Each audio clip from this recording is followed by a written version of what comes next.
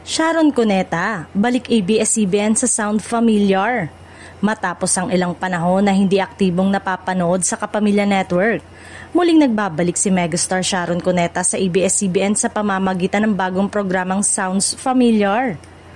Ang naturang show ay isang musical reality competition na pinagsasama-sama ang talento, nostalgia at musika, mga bagay na malapit sa puso ng megastar.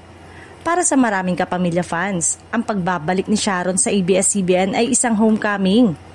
Kasabay ng balitang ito, maraming netizen ang nagpahayag ng kanilang excitement sa social media.